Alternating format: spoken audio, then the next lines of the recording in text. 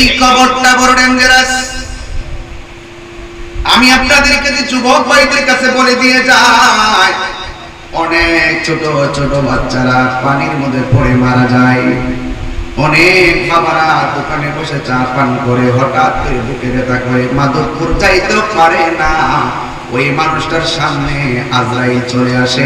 এমন ইতিহাস মাদকপুরের জমিনে আছে না? আল্লাহ রাব্বুল আলামিন বলতেছেন, ওয়া মা তাদরি নাফসুম বিআইয়ি আরদিন তামুত। বান্দারে, তোমরা জানো না কোন জায়গার ভিতরে তোমাদের কাছে আজরাইল আসবে, তোমরা তো জানো না। এই জন্য এখন আমাদের কাছে আজরাইল আসতে পারে, আপনার কাছে আজরাইল আসতে পারে। আল্লাহ বলে, বান্দা আমি তোদেরকে মরণ দিয়েছি শুধু পরীক্ষার জন্য। কথা বলেন ঠিক কিনা? এ যুবক, কি দিয়ে আওয়াজ বুঝাবো? শুধু একটা কথা বলে দিয়ে যায়, বর্তমান যুগটা কিন্তু কঠিন হয়ে যাইতেছে, হত্যা গুম জুলুম বেড়ে যাইতেছে। এই জন্য আমি আপনি কবরে চলে যাব। ওই কবরের ভিতরে বড় সাংঘাতিক জায়গা। আল্লাহ রাব্বুল আলামিন কোরআনে বলেছেন, মিনহা খালাকনাকুম ওয়া ফিহা নুঈদুকুম ওয়া মিনহা নুখরিজুকুম তারাতান উখরা।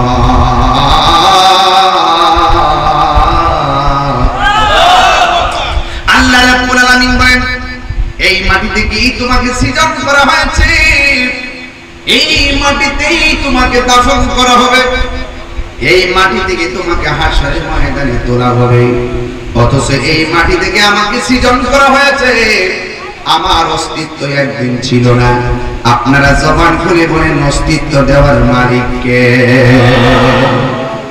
আল্লাহ রাব্বুল আলামিন কোরআনে বলে দিয়েছেন, কাইফা তাকফুরুনা বিল্লাহি ওয়া কুনতুম আমওয়াতান ফাআহইয়াকুম সুম্মা ইউমীতুকুম সুম্মা ইউহয়ীকুম সুম্মা ইলাইহি তুরজাউন।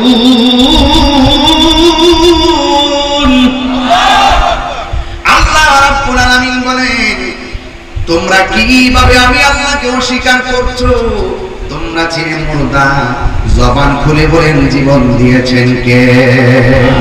এই আওয়াজে মানি না, জবান খুলে বলুন কে? আল্লাহ জীবন দিয়েছেন, জীবন নিয়ে যাবে কে? আল্লাহ বলে, তোমরা কিভাবে আমার নিয়ামতকে অস্বীকার করছো? এই হাতের চামড়া যদি আমি এই দিকে দিতাম, তোমরা গরম করতে পারতা না। পায়ের উপরে চামড়া যদি নিচের দিকে দিতাম, তাইলে তোমরা কংক্রিটের মধ্যে হাঁটতে পারতা না। এই চোখের গোড়ায় যদি ছোট্ট ছোট্ট পশমগুলো না দিতাম, বিভিন্ন দুর্ঘটনার শিকার হয়ে যাইতে। আমি আল্লাহ রাব্বুল আলামিন জিহ্বাটাকে যেইভাবে শরীরটাকে শুকনো রাখি, এইভাবে যদি জিহ্বাটাকে শুকনো রাখতাম, তোমরা কথা বলতে পারতা না। আল্লাহ বলে, কাইফা তাকফুরুনা বিল্লাহ,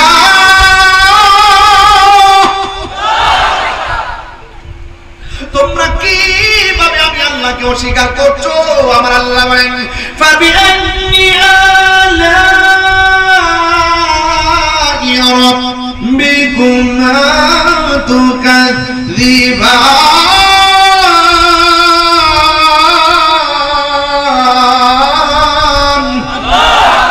বান্দারে, তোমরা কিভাবে আমি আল্লাহর নিয়ামতকে অস্বীকার করছো?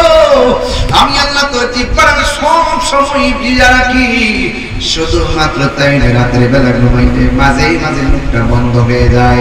নাকের ছিদ্র যদি নাকের ভিতরের সঙ্গে কানেকশন না দিত, ঘুমের ঘরে মানুষের শ্বাস নাইতে অসুবিধা হয়ে যেত।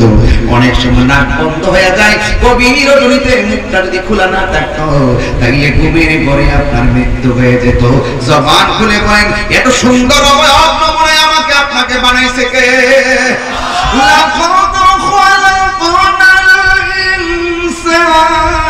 في أحسن تقويم।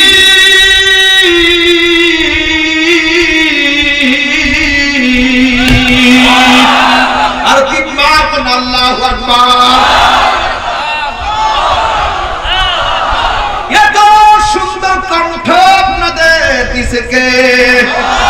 আল্লাহর তিনবার ডাক দিয়েছেন, ডাক্কা দেওয়ার ক্ষমতা দিছে কে?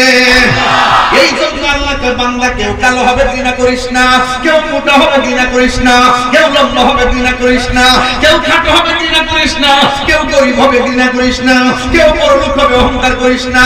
ও যুবক, কেন কেন বলেছেন আল্লাহ কয় এই বান্দাগুলোরে কেউ বানাই নাই।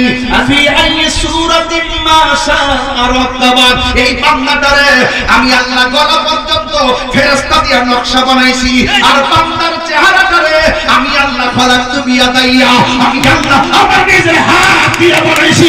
আনতুরে কোন আল্লাহু আকবার।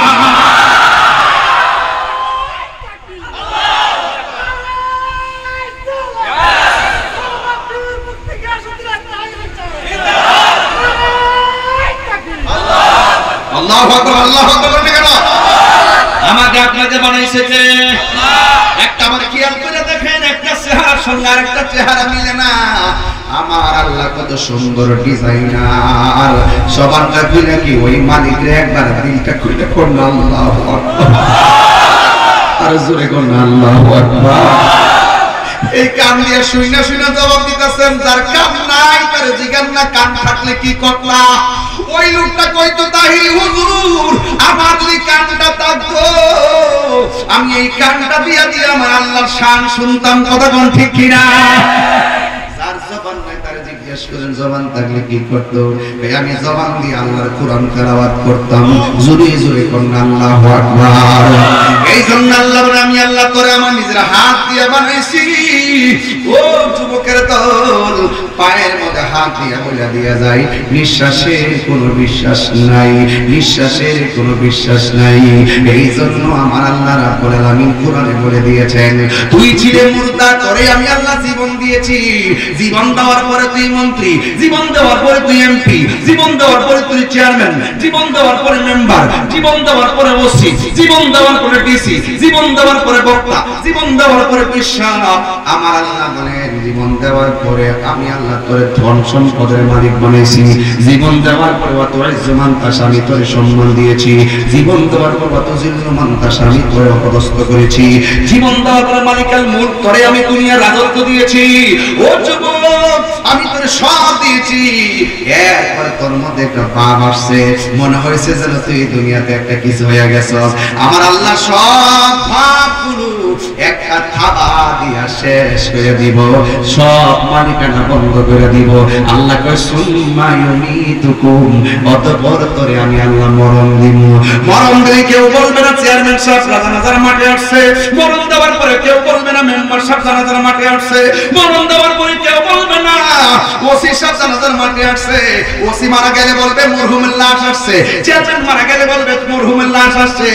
একটু আগে ছিল তুমি চেয়ারম্যান সাহেব, এখন তুমি ঘরের মধ্যে লাশ হয়ে গেছো। মরণের চিঠি যখন আসবে আমার, কষ্ট হবে আপনাদের ভাই। আমি কিন্তু একদম স্বাভাবিক ওয়াজ করতেছি, একদম সহজ সরল ওয়াজ, বেশি কঠিন কথা বলতেছি না। শুধু এতটুকু বলবো, একদিন আমিও থাকবো না, আপনাদের কেউ থাকবেন না, ইতিহাস থাকবে শুধু ভালোবাসা। কথা বলেন ঠিক? মরণের চিঠি যখন আসবে আমার, কালিমার তালকিন দিও বারে বার। মরণের আমার, কালিমার তালকিন দিও বারে বার। প্রাণ ভরে দেখব চেহারা তোমার, প্রাণ ভরে দেখব চেহারা তোমার। দেখে নাও রোজা তোমার, রাসূলুল্লাহ কি উপায় হবে আমার। রাসূলুল্লাহ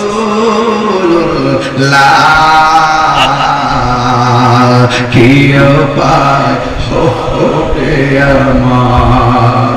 ওই মদিনার পথের ধুলি মাখতাম আমি পেলে সুরমা বলি ওই মদিনার পথে ধুলি মাখতাম আমি পেলে সুরমা বলি ফিরে পেত এ নয়ন নূরের আধার ফিরে পেত এ নয়ন নূরের আধার দেখে নাও রোজা তোমার রাসূলুল্লাহ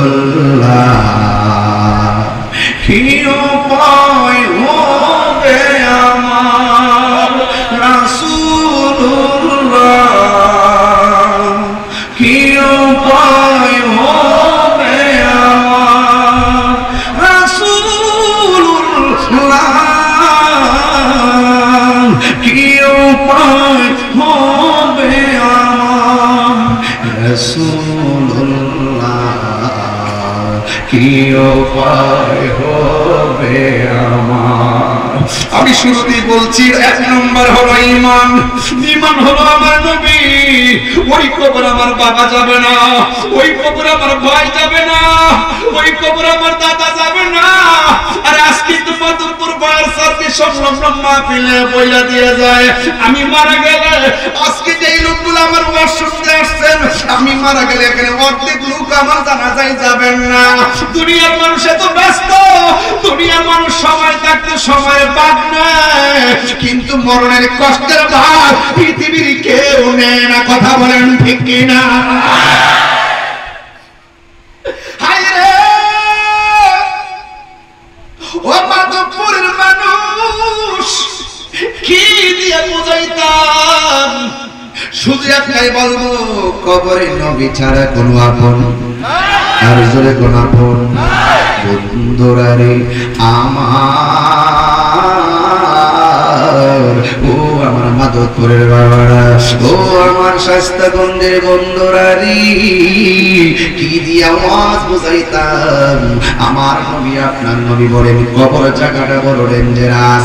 এই কবরে যাওয়ার আগে আজরাইল আসবে। আজরাইল কিন্তু পরের দরজার মধ্যে আয়সা দাঁড়াইব। কেউ তো আজরাইলকে দেখবো পাগুলা মাটিতে মাথার আসমানে। যারা নামাজ পড়ে না তাদের অবস্থা ভয়াবহ হবে, যারা রোজা রাখে না তাদের অবস্থা ভয়াবহ হবে, যারা নবীরে মানে না তাদের অবস্থা ভয়াবহ হবে, যারা ওলি আল্লাহ মানে না তাদের অবস্থা ভয়াবহ হবে। হেলাই হেলাই সময় নষ্ট করা যাবে না। যেই কোনো মুহূর্তে আজরাইল আমার ঘরে আসতে পারে কি পারে না? সে যে নামে আজরাইল সঠিক সময় তোমার ঘরে হইব দাখিল। কত কাকুতি মিনতি করবা তুমি রেহাই পাবে না। আজরাইলা শিলে কারো কফিয়তে চলবে না রে মানুষ, কফিয়তে চলবে না। জোরে জোরে কি আল্লাহু আকবার বলা যাবে না? এই জন্য আল্লাহ বলছেন কাইফা তাকফুরুনা বিল্লাহি ওয়া কুনতুম আমওয়াতান ফাআহইয়াকুম। আল্লাহ বলেন তোরে আমি মরণ দিব, মরণ দেওয়ার পর আমি আল্লাহ তোরে আবার জীবন দিব। অনেক মানুষ আমাদের প্রশ্ন করে হুজুর কবরে যাওয়ার পর আমরা বহুত কবর দেখছি, হাড্ডি পাওয়া গেছে, হাড্ডি কেউ মুরব্বী কবর করলে আবার কবর ডাবল কবর করে না, বিভিন্ন হাড্ডি পাওয়া যায়নি। অনেকে প্রশ্ন করে হুজুর কবরের মধ্যে যে বলছে আমার আল্লাহ মরণের পরে আবার কবরে জিন্দা করব, কবরে যে হাড্ডি উঠি পড়ে থাকে এটা আবার জিন্দা কেমনে? আল্লাহ আবার কেমনে জিন্দা করবো? আমি তার উত্তর দিলাম তুমি আল্লাহ রাব্বুল আলামিন মরার পরে যে চিন্তা করবো এটা নিয়ে আমার প্রশ্ন করলা, অথচ জীবন করার আগে তুমি কি ছিল এটার প্রশ্ন কি করলা না? যিনি কোনো কিছু না থেকে হা করতে পারে, আমার আল্লাহ হা থেকে না করতে পারে, না থেকে হা করতে পারে। কথা বলেন ঠিক কিনা?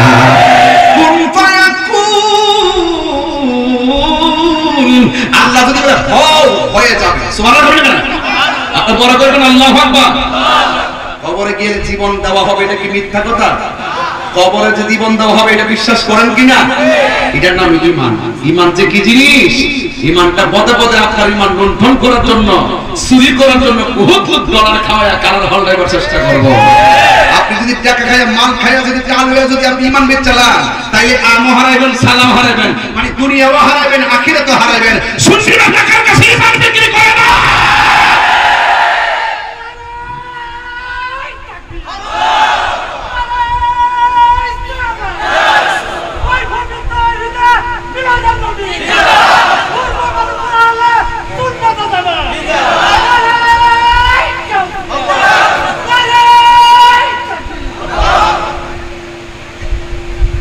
কষ্ট হচ্ছে আপনাদের? মরণের পরে আবার যে জীবন দিবে এটা বিশ্বাস করেননি আপনারা? একদম দিল থেকে নরম করে গেলে ঈমানি কথা। আকীদাটা দুরুস্ত করেন। কে কে বিশ্বাস করেন? হাত তোলেন তো একটু। হাতটা সুন্দর করে রাখেন। এই হাতটা উঠাইবার ক্ষমতা দিছে কেনা? এটা কিন্তু বুঝতেন না আপনারা। যার প্যারালাইসিস তারা যায় কয়েন, ডান হাত প্যারালাইসিসের কয়েন আগে দিত, সে কিন্তু পারতো না। কথা বল ঠিক না বেঠিক? চলে গেলে বোঝা যায় থাকার মূল্য কত। কথা বলেন ঠিক কিনা? মরণের পরে বোঝা যাবে এই দুনিয়ার দিনটা কত দাম ছিল। আমরা যদি সময় মতো কাজে লাগাইতে না পারি, আরে কাজে লাগাইছি আবার কেমনে? মাধবপুরের পুরো পন্ত কাজে লাগাই দিছি আজকে, কারণ এই টাইমে তো ঘুমাই থাকার কথা, এই টাইমে তো মোবাইল টিপার কথা। এরা যদি এই টাইমে নবীর মহব্বতের মাহফিলে আসতে পারে, আর এমনও তো হতে পারে মিলাদুন নবীর মাহফিল আমাদের না জাতির উসিলা হয়ে যেতে পারে। ঠিক কি না বলেন? এইগুলি হবে উসিলা। এসব নামাজ দিয়ে আমরা ভাবতাম না যে এই নামাজ ছাইড়া দিছে, এই নামাজের হিসাব করলে মিনিমাম কয়েক কোটি বছর দুজক করে মরণ লাগবে। এই তো হিসাব কিতাব বুঝি না, শুধু এতটুকু হিসাব বুঝি যে এই নামাজ আমরা ছাইড়া দিছি, হাসতে হাসতে যে ইবাদত ছাইড়া দিছি, এখন আজকে যে এইভাবে ইবাদত ছাইড়া দিছেন, এইগুলোর জন্য যদি ধরে উপায় থাকতো না। কিন্তু একটাই ভরসা, আমাদের হৃদয়ে তাকে ধারণ করি যিনি আমাদের আপন, আমাদের হৃদয়ে তাকে ধারণ করি যিনি জানের চাইতে আরো নিকটে, আমাদের হৃদয়ে তাকে লালন করি যিনি কবরের সাথী হবে, আমাদের হৃদয়ে তাকে লালন করি যিনি হাসরের মাঠে সুপারিশ করবে। আর কিছু আছে? এছাড়া আমরা কিছু চাই? আর কিছু দরকার আছে? বাপরে পরদের করে দিয়া যায়। যেমনি আজকে শান্তি মতো ওয়াজটা শুনতেছেন, ঠিক এইভাবে কালকে থেকে নিজের জীবনটা গুছাই নেবেন। দেখবেন আপনার চিন্তা আমার করতে দিব না। এই পৃথিবীর মানুষ সব কিছুর ভাগ দেয় এবং নেয়, কিন্তু মৃত্যুর কষ্টর ভাগ কেউ দেয়ও না, নেয়ও না। কথা কোন ঠিক না বেঠিক? সুযোগ আছে? ভাগ দেওয়ার সুযোগ আছে? ওই একবার আছে। মরণের ভাগ দেওয়ার সুযোগ আছে? হ্যাঁ, যে আমি 2 দিন বাঁচতাম চাই তুমি আমার ভাগটা নিয়ে আগে মরো, এরকম সুযোগ আছে?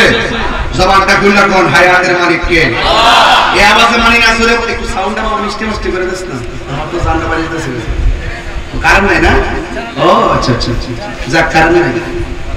আচ্ছা ঠিক আছে, তাহলে আপনারা একটু জবানটা খুললা কোন তো আল্লাহু আকবার, ইয়া রাসূলুল্লাহ, ইয়া ওয়ালি আল্লাহ। নামাজ চাই কি চাই না? রোজা দরকার আছে কিনা? মা বাবার খেদমত দরকার আছে কিনা? মাঝে মাঝে ইয়াবা খাবার দরকার আছে কিনা? সাবধান করে দিলাম, এই জবান দিয়ে আল্লাহর জিকির করব, এই জবান দিয়ে হারাম ঢুকাইতাম না। সবচেয়ে মানুষ হেফাজত হলো যার জবানটা হেফাজত। মান সালিমাল মুসলিমুনা মিন লিসানিহি ওয়া ইয়াদিহি, যার হাত এবং জবান থেকে মানুষ নিরাপদ, সেই মানুষটাই হলো মুসলমান। কথা করতে ফেসবুকে বন্ধ লেখা যাবে, কাউকে খারাপ কমেন্টস করা যাবে, একদিন আপনি চলে যাবেন, এইগুলো থেকে যাবে। মনে রাখবেন, কেউ কেউ গালি দিলে সেটা থেকে যায়। আপনি যদি কারো বাবা মাকে গালি দেন, এই গালি আপনার নিজের বাবা মার উপরে পড়বে। এটাই বাস্তব। কথা বলেন ঠিক কি না? তাই আওয়াজ করে বলুন, ইজ্জতের মালিক কে? হায়াতের মালিক কে? এই জীবনটা দিছে কে? একটা জবান বন্ধ রাখবেন না, মহব্বত মায়ার সুরে বলুন সুবহানাল্লাহ। ও বন্ধুরে আমার, ও মাধবপুরের বাবারা, আমার আল্লাহ রাব্বুল আলামিন বলে সুম্মা ইউমিতুকুম, আমি আল্লাহ তোরে খাবা মাইরা দুনিয়ার মালিকানা শেষ করে দিব, জমিদারি শেষ করে দিব, সব কিছু আমি শেষ করে দিব। পরের জায়গা পরের জমি ঘর বানায় আমি রই। আবার কয়েকটা আমি বেশি বেশি গজল গাইতেছি। আপনারা একটা সমস্যা কি গাইলেও সমস্যা, না গাইলেও সমস্যা, এই জন্য আমি ওয়াজের লোকে মিলাই মিলাই গাইতেছি। কথা ঠিক কিনা? পরে জায়গা পরে জমিন ঘর ভাড়া আমি রই, মাশাআল্লাহ পরের জায়গা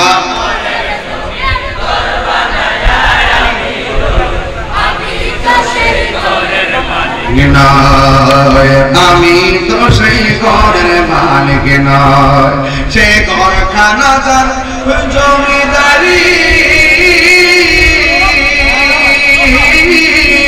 আমি পাই না তাহার হুকুম জারি, সে ঘরখানা যার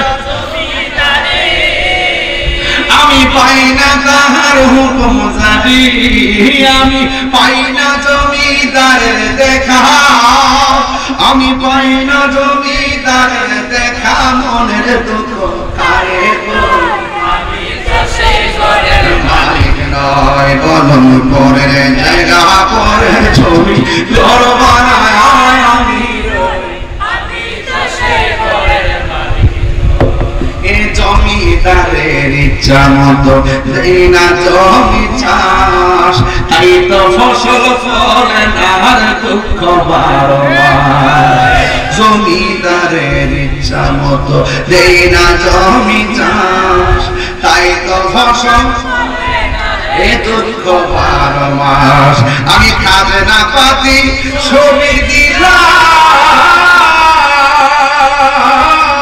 তবু জমিন আমার হয়েছে নিলাম, আমি খাজনা পাতি ছবি দিলাম তবু জমিন আমার হয়েছে নিলাম, আমি চলি যে তার মন সুদায়া, আমি চলি যে তার মন সুদায়া, তাকিলা দিলে না সয় আমি তো সেই ঘরের মালিক নয়, বলো পরের জায়গা ঘর বানায় আমি রই, আমি তো সেই ঘরের মালিক নয়, বলুন পরের জায়গা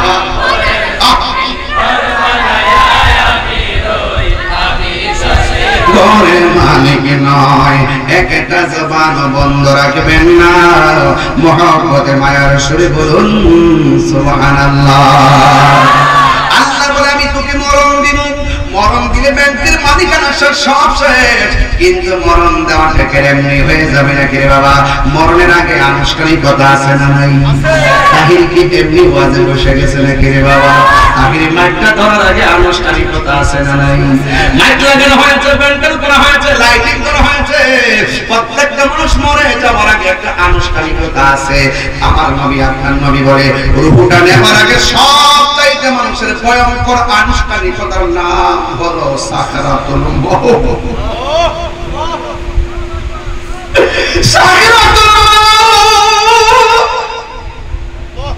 সাকরাতুল মউত এর মানে আমরা বুঝি না।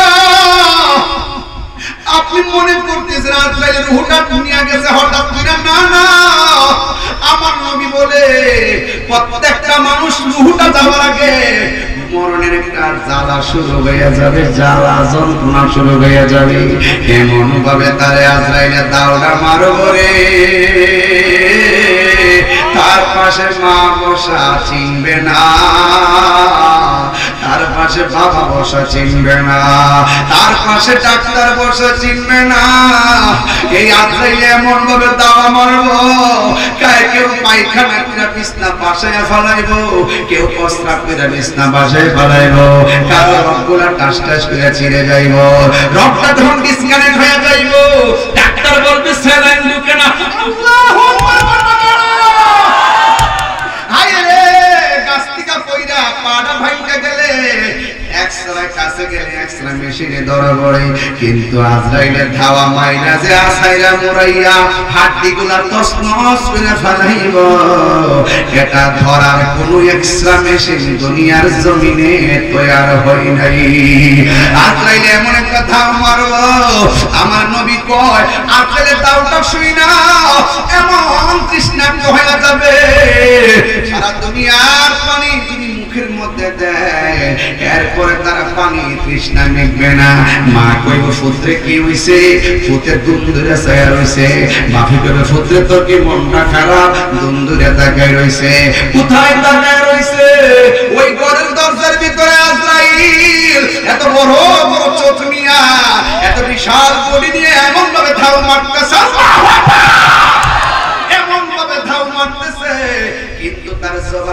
হয়ে গেছে, মুখটা বলতে পারে না, হাতটা বন্ধ হয়ে গেছে, হাতটা দাঁড়াইতে পারে না।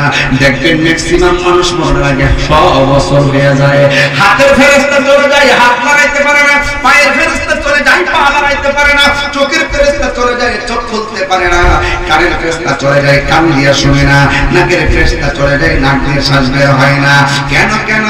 কারণ প্রত্যেকটা বডির মধ্যে আমার আল্লাহ এক একটা ফেরেশতা বানায় বানায় রাখছে। এই যে হাতটা বানাইতেছি, একটা ফেরেশতা বানায় রাখছে, তুমি হাত লাগাইবা, এমন করে সব ফেরেশতারা যখন মাদক করে ফায়ার সার্ভিসের আশিকিন জাকির মুহিব্বিনদের কাছ থেকে বিদায় নিয়ে নিবে, তখন তুমি হাত লাগাইতে পারবে না।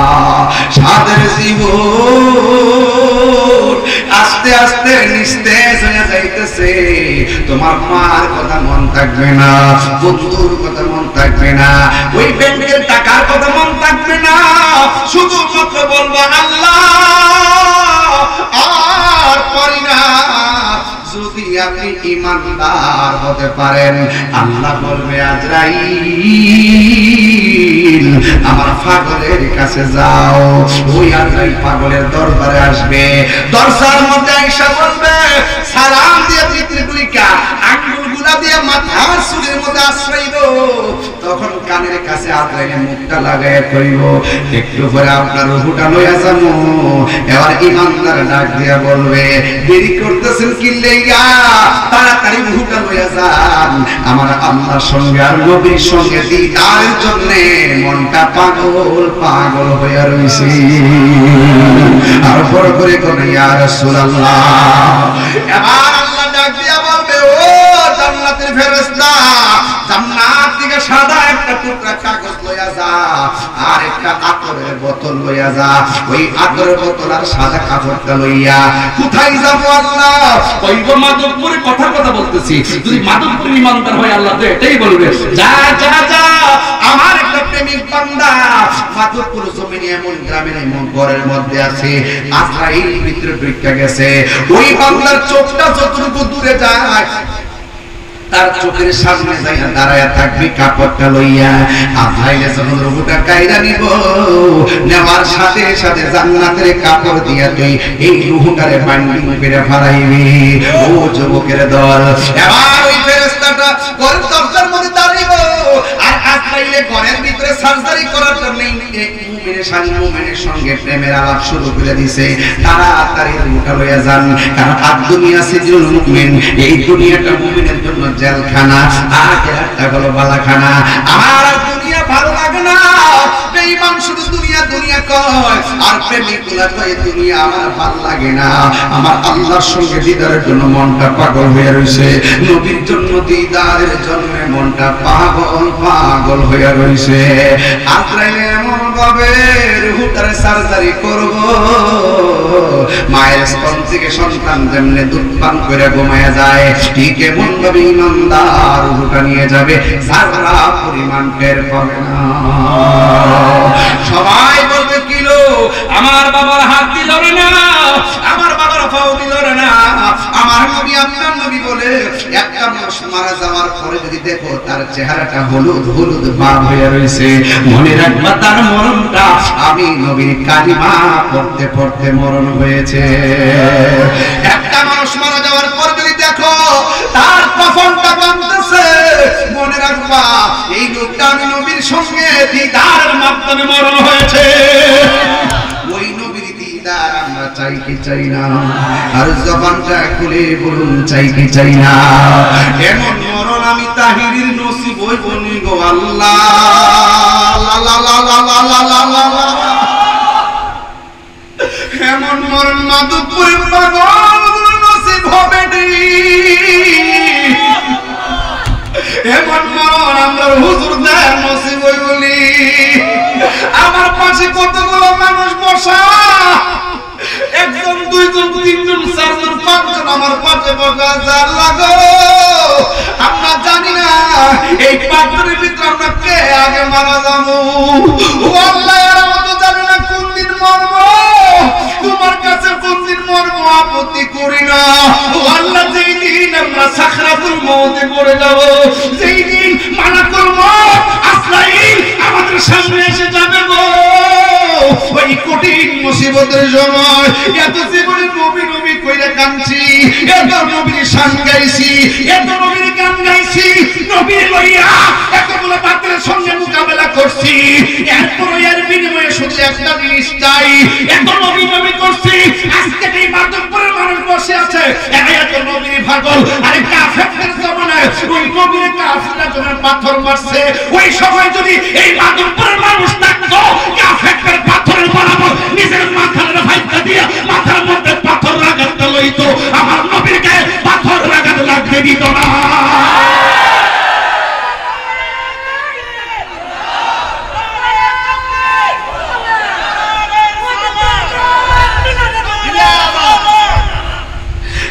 রাসূল তোমায় ভালোবাসি,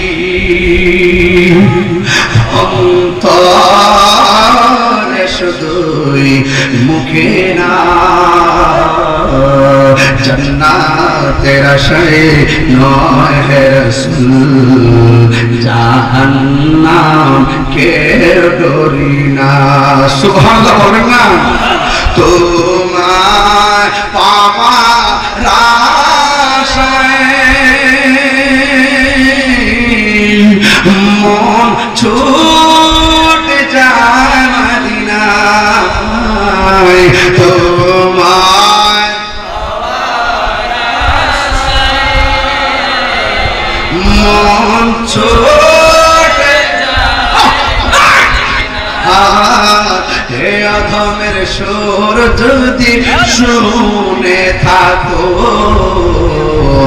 একবার দিদার দাও না।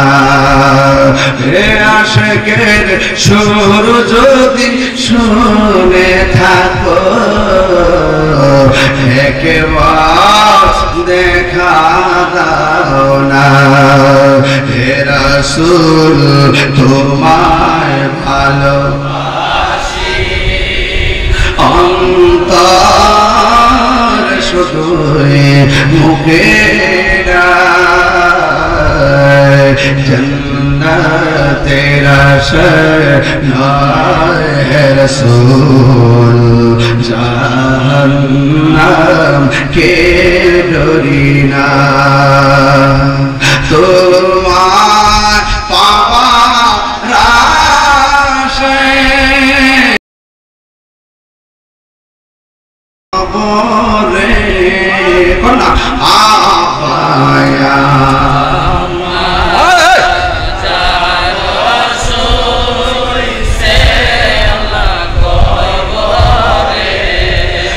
মাহবুব রে দাও দয়া নবীর খায় বন্দনা রে আল্লাহ, এই সবাইটা মিলে বলো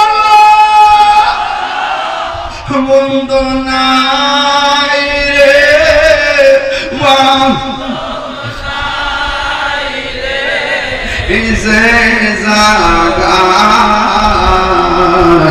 সে জাগাই বন্ধু নবী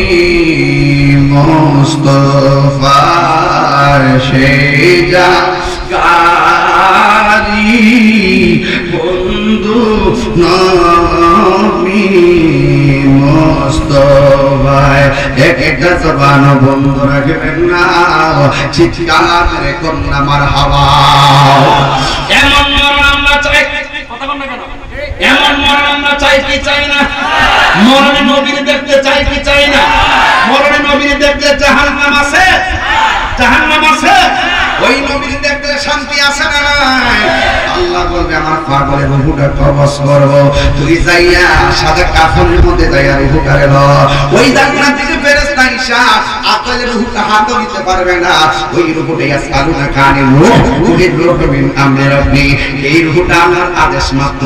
ওই সাদা বাইন্ডিং এর রূহটা বাইন্ডিং কইরা আসমানের দিকে ফেরেশতা উড়াল মারব।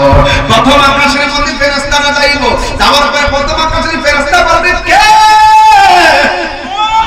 ভাই আমি বললাম ফেরেশতা, ওই তোমার হাতের মধ্যে কি? এত সুন্দর গান লাগতেছে, কারণটা কি? তুমি চিনো না এটা এমন জমিনের এমকের রুহুটা, এমন জমিনের এমক রুহু, যেই মাত্র মুমিনের কথা শুনবে তখন মুমিনকে ফেরেশতা সালাম দিবে, এরপরে দ্বিতীয় আসমানের মধ্যে যাবে। এই দিক দিয়ে রুহুটা, এই দিক দিয়ে মানিক মেয়ের লাশটারে বাইন্ডিং করার জন্য মাধবপুরের বাজারে কাফন আনতে যাবে।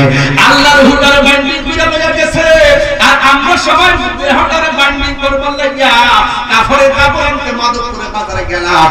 মাধবপুরের বাজারে কাফন আনলাম, আন্না বডিটারে ফেসাইতেছি, গোসল করাইতেছি, গোসল করাইয়া কাঠের মধ্যে শুয়াইয়া সুন্দর করে আমরা তারে নিয়ে যাবো সাজিয়ে গুজিয়ে।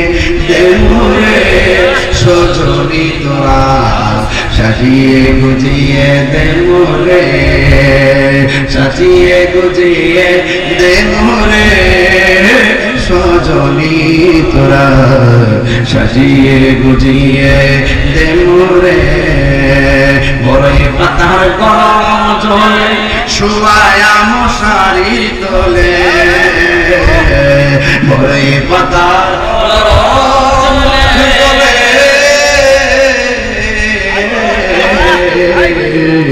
বড়ই পাতা গরম জলে শুয়ায়া মশারির তলে, অতর চোলা চন্দন মেখেতে সজনী তোরা সাজিয়ে গুজিয়ে দেমরে। এত রঙিন তো এ কাপড় কিছুই ভালো লাগে না মন, এত রঙিন এত কাপড়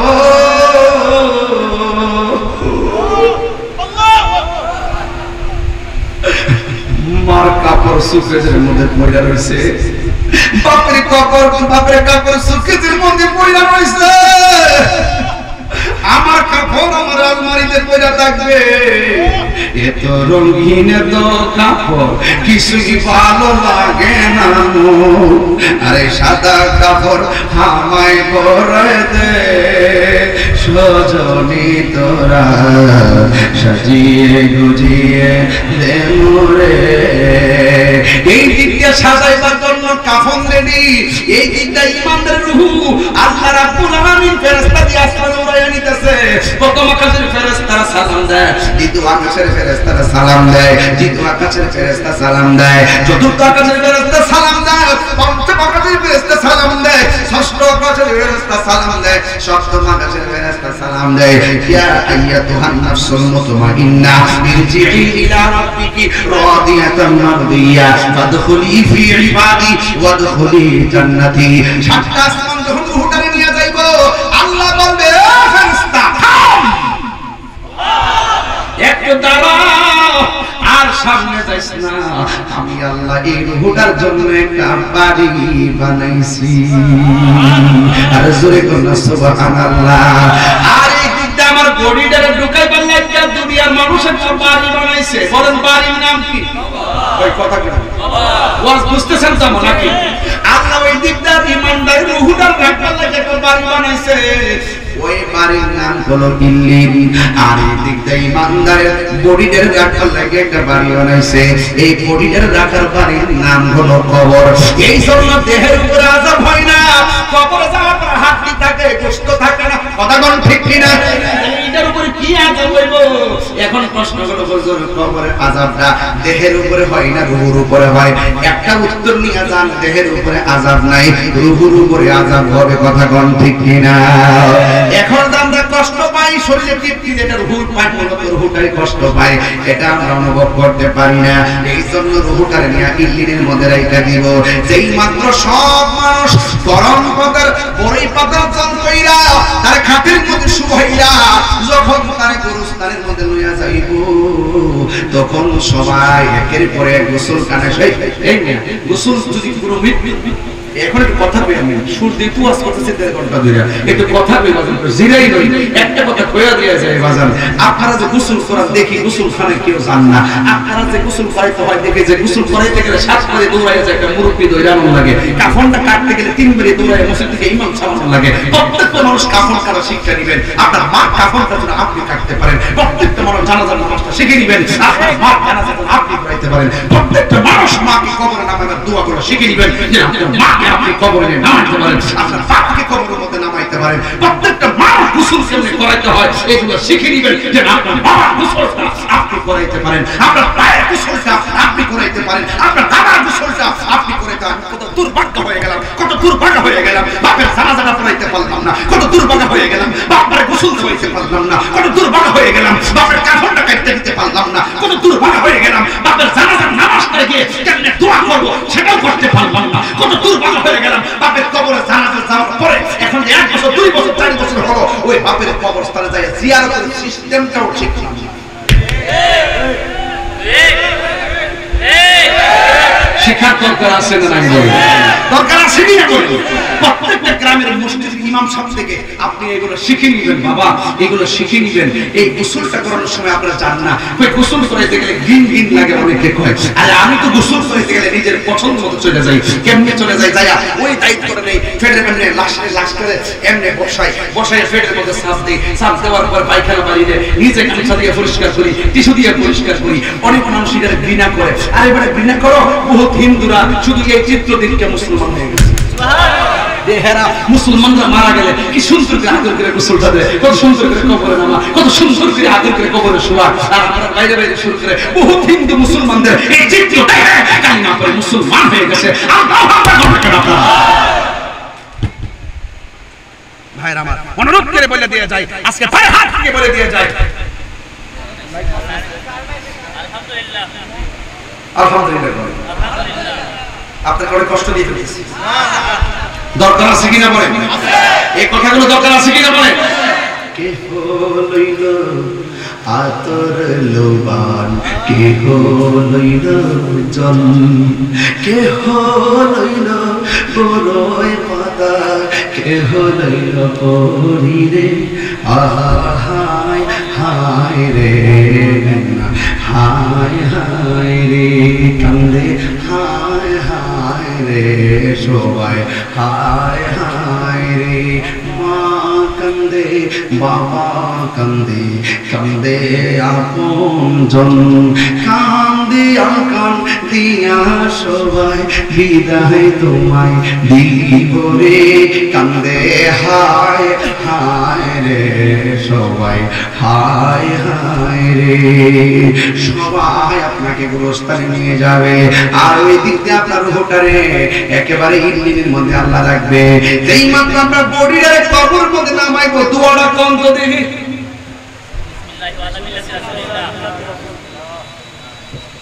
দোয়াটা কর না,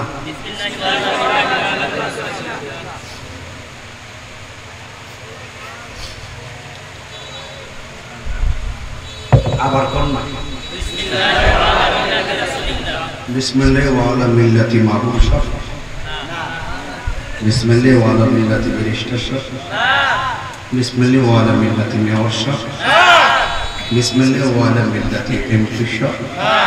কি বলে? হে মোল্লারা, হে গাত মোল্লারা,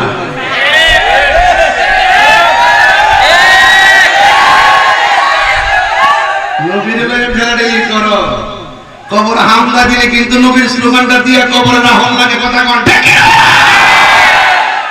সিন্নি খাইলা কার দ্বারা মোল্লা ছিলেন, এখন আওয়াজ হবে। এতক্ষণ ওয়াজ করছি, ওয়াজ এইভাবে ওয়াজ করি না, দিল থেকে ওয়াজ করছি। নবী ছাড়া কোনো কবর উপায় আছে বাবা?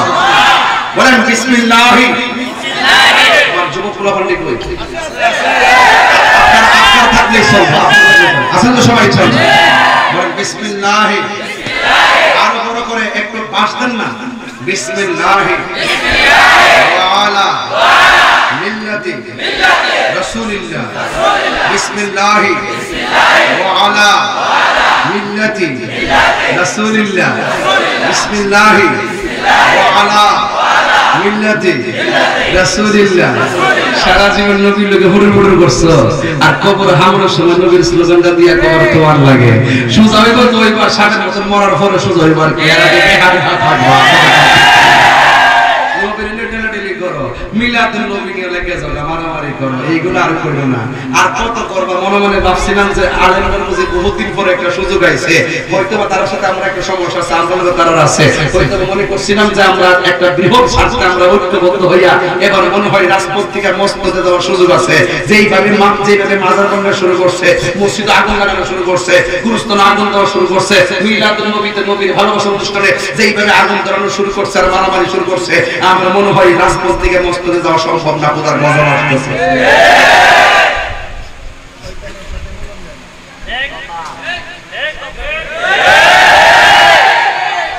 এর আমরা কোনো দোষ আছে?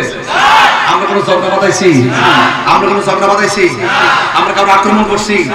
এই সূত্রপাত যারা ঘটাইছে তাদের কাহিনী আওতা আনতে হবে, কথা বল ঠিক কিনা? একটা কথা বলবো, তারা আমাদেরকে আক্রমণ করছে, ঠিক আছে, আপনারা ঐক্যবদ্ধ থাকবেন, আমাদের ঐক্যবদ্ধটাই তাদের অ্যালার্জি শুরু হয়ে যাবে। সুন্নিরা কখনো মারামারি সংঘাতে পছন্দ করে না। এই জন্য স্যার আমি তো এখনো আসিনি, আপনারা চিন্তা করেন না, কারণ আপনারা আমার শক্তি, কথা কোন ঠিক কিনা? এই শক্তি দেওয়ার মালিককে, আরো জোরে মালিককে। এই স্কুলের পোলাপান, স্কুলের ছাত্রগুলো এবং এই ছাত্র জনতা, মাদ্রাসার ছাত্র জনতা, এই যুবক পোলাপান যদি ইনশাআল্লাহ মাঠে থাকে, তাহলে আমরা যে কোনো রাসূল প্রেমের স্লোগান দিয়ে মাঠে দাঁড়াতে পারবো, ঠিক কিনা? এর বিনিময়ে আমি কিচ্ছু চাই না, শুধু আপনাদের ঐক্যবদ্ধ হওয়া চাই। রাজি আছেন কিনা বলেন? এক যুবক মানে যে পোলাপান 12টার পরে মাহফিলে বসে থেকে এই পোলাপান এই সমাজের শ্রেষ্ঠ সন্তান, কথা কোন ঠিক কিনা? আমি বলছি ওই কথা বলছিলেন, বিসমিল্লাহি ওয়া আলা, কথা কোন কেন? বিসমিল্লাহি ওয়া আলা, কবরে নামাই দিয়া মুখটারে কাবার দিকে ফিরাইয়া, আরে বান্ডা খুইলা দিয়া সুন্দর করে দিয়া ঈশা করি, যদি আপনি নবীর প্রেমিক হন, এরপরে আল্লাহ বলে, এই ফেরেশতা, আমার প্রেমিকরে তো কবরে নামাই দিয়েছে পরীক্ষার সেন্টার, একটু করে একটা ইন্টারভিউ হইব, ইন্টারভিউ 3টা প্রশ্ন করে হইব, এই প্রশ্নের উত্তর দিতে পারলে কাম হয়ে যাবে। এটা কাম করো, আমার মুমিনের রূহটা ওই মুমিনের দেহের ভিতরে দিয়ে আসো। ওই রূহের ভিতরে দিবে কোন সময়? যখন মাটি দিবে। মাটি দেওয়ার সময় কি দোয়া করে বাবা? বলেন, মিনহা খালাকনাকুম ওয়া ফিহা ওয়া মিনহা তারাতান। এই আয়াতটা পড়ছিলাম নি, ওয়াজের সাথে ওয়াজ আয়াত মিল আছে। তাহলে এই মিনহা খালাকনাকুম মাটি দেওয়ার সময় পড়বে, বাপের কবর মাটি দেন কেমনে? এমনি একটা ডিম মেরে দেন নাকি? এটার নাম কাম। এটা বদনসিব আপনার আর জীবনে বদনসিব যে বাপের মাটি দেওয়া নিয়ম অনুযায়ী দিতে পারলাম না, বাপের খানাটা নিয়ম অনুযায়ী করতে পারলাম না, বাপের গোসলটাও নিয়ম মতো দিতে পারলাম না। এর চাইতে কপাল ফোর আর কোনো কিছু না। ফাগদের কয়ে যায়, অন্তত এই শিক্ষা রাখেন, কথা কোন ঠিক না? মিনহা খালাকনাকুম বইলা এক মুষ্টি মাটি দিবেন, ওয়া ফিহা নুঈদুকুম আরেক মুষ্টি মাটি দিবেন, ওয়া মিনহা নুখরিজুকুম তারাতান উখরা বলে আরেক মুষ্টি মাটি দিবেন। তবে কবরে মাটি দেওয়ার সময় ঢিল দিবেন না, আস্তে আস্তে মায়া পিরা কবরটা দিবেন। দেখছেন না গোসলের সময় কত সুন্দর করে কুসুম গরম জল দিয়ে গোসল করায়, কত মায়া। কানের মধ্যে নাকের মধ্যে তুলা লাগায়, কত মায়া।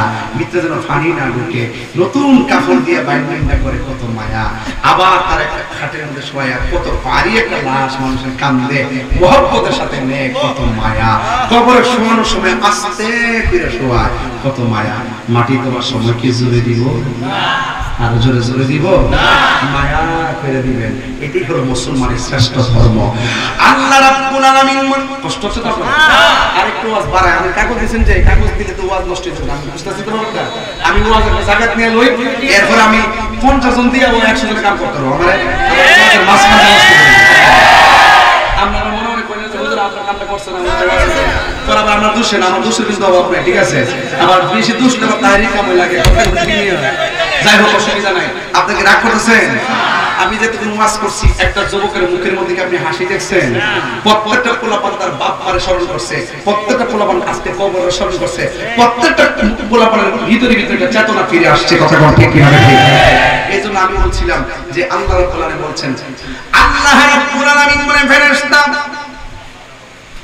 আমার প্রেমিক বান্দারে কবরের মধ্যে দিয়েছে। মানুষগুলো 40 কদম হেঁটে চলে যাইতেছে গো। রুহুটারে আর ইল্লিনের মধ্যে রেখো না, রুহুটারে গুরুস্থানে লাশের ভিতরে দিয়ে আসো। দেওয়ার সাথে সাথে বান্দা কবরের ভিতরে জিন্দা হয়ে যাবে। ওই মুহূর্তে ডানে তাকিয়ে দেখবে মাটি, বামে তাকিয়ে দেখবে মাটি। মাটি আর সামনে তাকে দেখবে মাটি।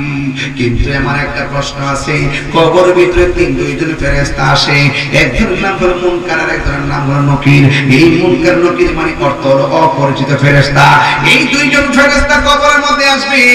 এখন বলেন হুজুর, কবরে দুইজন ফেরেশতা আসলে আপনি বলেন না আসলে কবরে কয়জন ফেরেশতা? আসলে কবরে তিনজন ফেরেশতা আসে। একজন ফেরেশতা এসে দেহের ভিতরে রূহটা দিয়ে যায়, দুইজন ফেরেশতা এসে প্রশ্ন করে। যখন আপনি কবরে থাকবেন তখন ইমানদারে কবরের মধ্যে যখন শুইব, ওই জীবনে মনের মতন একটা জায়গা পাইছি, আর আমারে কেউ ডিস্টার্ব করবে না।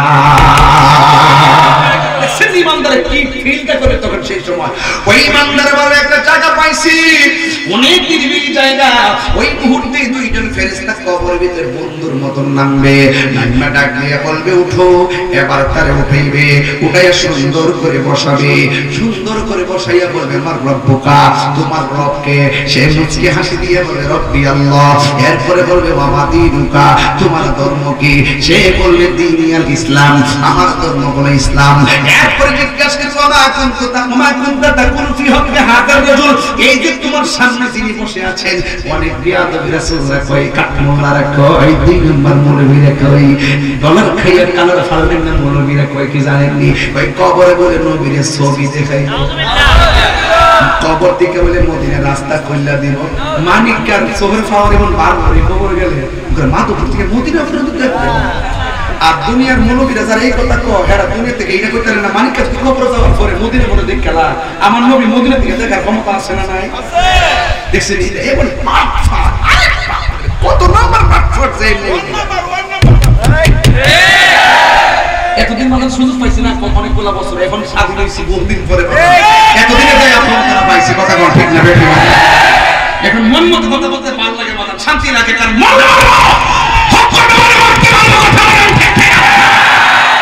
আমার নবী কবরে ছবি দেখাবে না, আমার নবীকে কবরে রাস্তা খুলে দেবে না।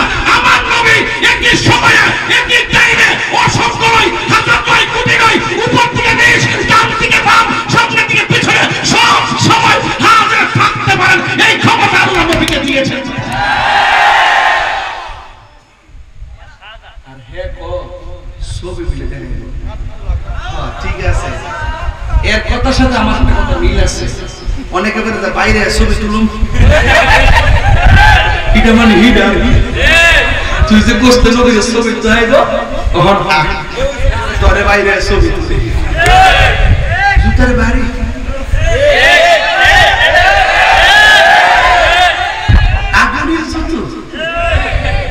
আগুনের জুতো দিয়ে পারি, সে বলবে আমাকে বাঁচাও।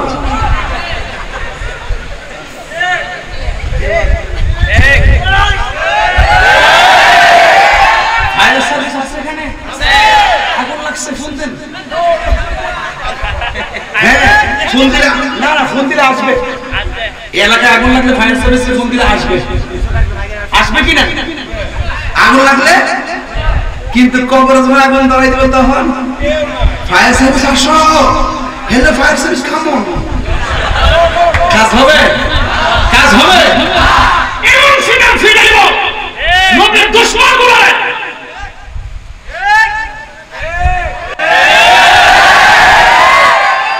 আচ্ছা বাদ দেন, আমার বাইরে থেকে সিলেন না, দেশের পরিস্থিতি ভালো। আমি বলছি যে দেশের পরিস্থিতি কি আমি জানি না, তবে নবীর পক্ষে কথা কোনটা সব সময় নবীর পক্ষে কথা কইলে যারা এটার বিরুদ্ধে চলবে বেহার পতন আছে, আর যারা নবীর মহব্বতকে ভালোবাসবে তাদের কপালে সৌভাগ্য আছে, আছে, অসুবিধা নাই। আচ্ছা এখন একটা উত্তর দেন, আমি কি আপনাদের কাউরে কোন গালি দিছি? না। কারে কটাক্ষ করছি? না। কার নাম লয়ে কিছু কইছি? না। যারা ক তারা ওই, যারা ক কবর নবীকে ছবি দেখাবো না, সশরীরে আসে, আর জোরে টাকার ক্ষমতা নবীর দিছে কেন? একবার একটা হুজুর একটা গুরুস্থানে যদি একসঙ্গে 100 লাশ দাফন করা হয়, একই টাইমে যদি মুনকার নবীর আসে, একই টাইমে কি 40টা কবরে 100 কবরে কি নবী থাকা সম্ভব? এর আমি সম্ভব করে আছে কোন মানতাম একদম কেমনে একই টাইমে প্রশ্ন করবে, একরকম দিলে হবল কবর থাকবে কেমনে? আপনি এনে কইবেন, মনে করবেন মাধবপুরের বৃষ্টির শিক্ষা একটা বাস 100 লোক লইয়া পানির মধ্যে বেরিয়েছে, একই টাইমে ওকে মারা গেছে। এক আজরাইল কেমনে এর রূহ কবজ করলো।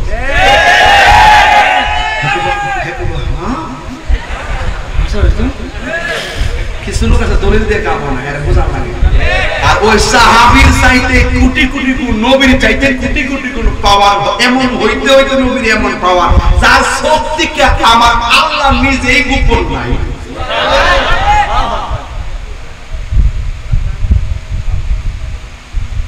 বানা কোনটা তাকুল ফি হকে হাজার রাজুল, হাজার মানে বলে এই যে তখন বলবেন আরে কিন্তু সেই নবী যিনি আমার কাছে আল্লাহ সাক্ষী দিয়েছে। তখন ফেরেশতারা বলবে তাহলে ঠিক আছে ওই দিকে তাকাও, তাকায় দেখে জাহান্নামের আগুন দাউ দাউ করে জ্বলতেছে। ইমানদার বলবে আমি তো উত্তর দিয়েছি এত আগুন কেন? তুমি যদি উত্তর দিতে না পারতা তাহলে ওই আগুনটা অপেক্ষা করছিল। এই আগুনটা ইমানদারের জন্য, এটা বেঈমানদের জন্য। এক নজরে দেখ গেল, তার মানে বোঝা গেল বেঈমানরা যে বাইরে মারবা দেব।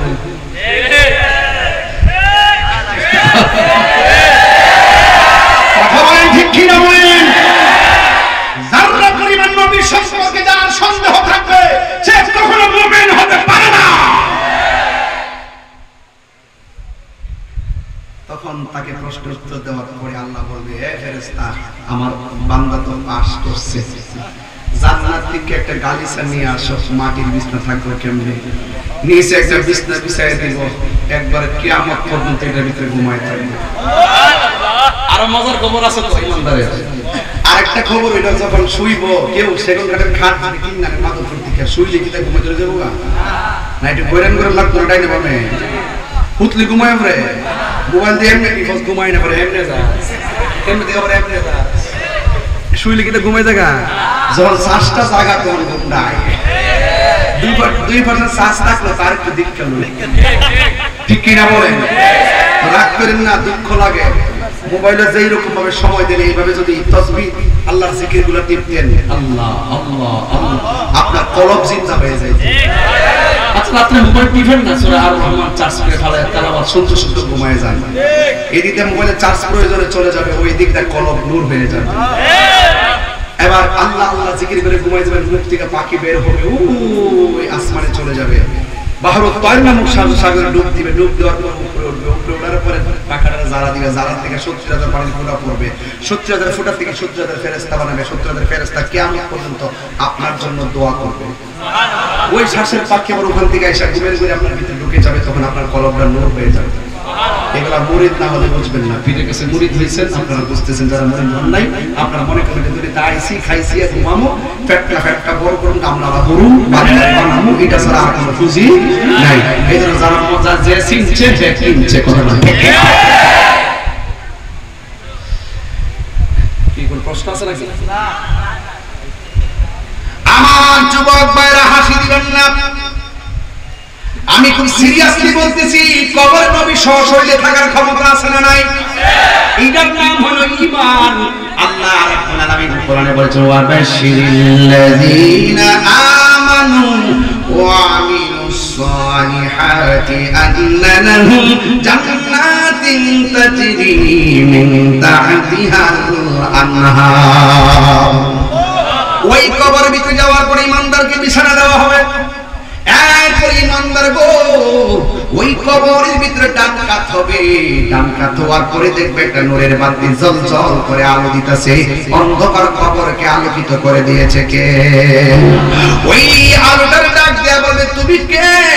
এত সুন্দর করে আলো দিতেছো, ওই আমারে চিনো না? আমি হইলাম তোমার দুনিয়ার নেক আমল। এবার দেখছেন দুনিয়ার সব মানুষ ক্ষতিগ্রস্ত। দুই কিসিমের কোয়ালিটি যার মধ্যে থাকবে, ইল্লাল্লাযিনা আমানু ওয়া আমিলুস সালিহাত।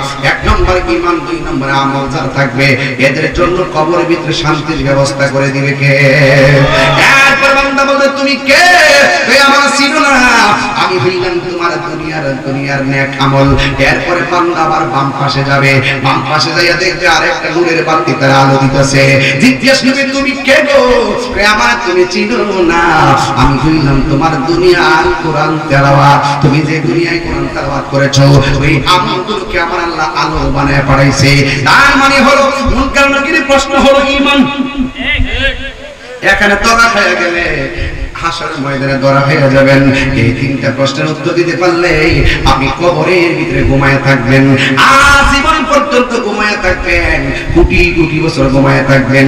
যখন ইসরাফিল আলাইহিস সালাম সিংহে ফু মারবে, তখন ইমানদার মাদক করে গুরুস্থান থেকে বলবে, হায় রে, এই মাত্র ঘুমাইলাম, কেডা আমার ঘুম থেকে জাগ্রত করলো? দেখছেন কোটি কোটি বছর পার হয়ে গেছে।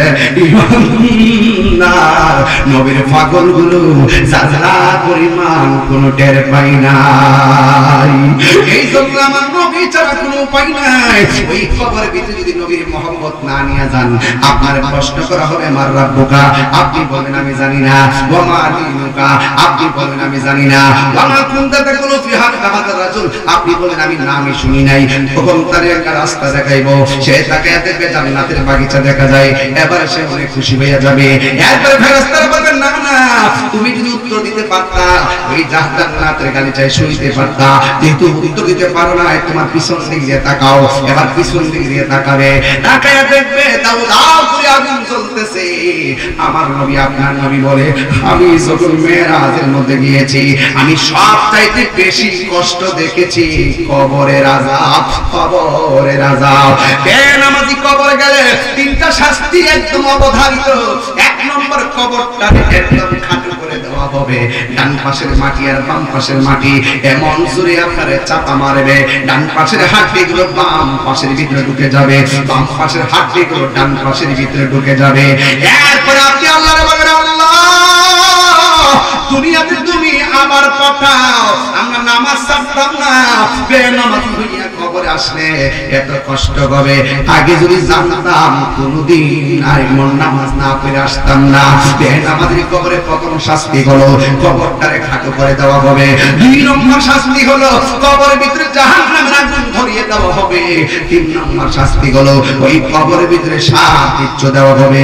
একদিন না, দুই দিন না, হাজার হাজার বছর আপনি কবরে এমন ভাবে কষ্টে থাকবেন, এই আযাব আমাদের সহ্য হবে না। ও আল্লাহ, এই কবর আযাব আমরা সহ্য করতে পারবো না। জীবনে যত নামাজ ছাইড়া দিছি, আমরা তওবা করলাম, আর আমরা নামাজ ছাড়বো না। জীবনে আমরা মারে কষ্ট দিছি, আজকে তওবা করলাম, মারে কোনোদিন কষ্ট দিব না। জীবনে বাপরে অনেক কষ্ট দিছি, আজকে তওবা করলাম, কোনোদিন মাকে বাবাকে কষ্ট দিব না। এই আমার মাধবপুরের বাবা, এখন সময় আছে, আজকে রাতে মার পায়ে ধরে মাপ চাইবেন, বাপের পায়ে ধরে মাপ চাইবেন, আর কোনদিন আপা গো আপনার মনে কষ্ট দিব না, মা গো তোমার মনে কষ্ট দিব না। এখানে অনেক মানুষ আছে, হুজুর বাপ মা বেঁচে থাকতে বাপ মার সম্মান করে বিদায় দিতে পারি নাই, আজকে আমরা এতিম বানাইয়া মা বাপ কবরে শুয়ে গেছে, তাদেরকে আমি পায়ে ধরে বলে দিয়ে যাই, আগামীকাল কি বার? আরো জোরে বল, জুমাবার। এই জুমাবারে আপনারা সবাই জুমার নামাজটা পড়িরা সোজা গুরুস্থানের মধ্যে চলে যাবেন।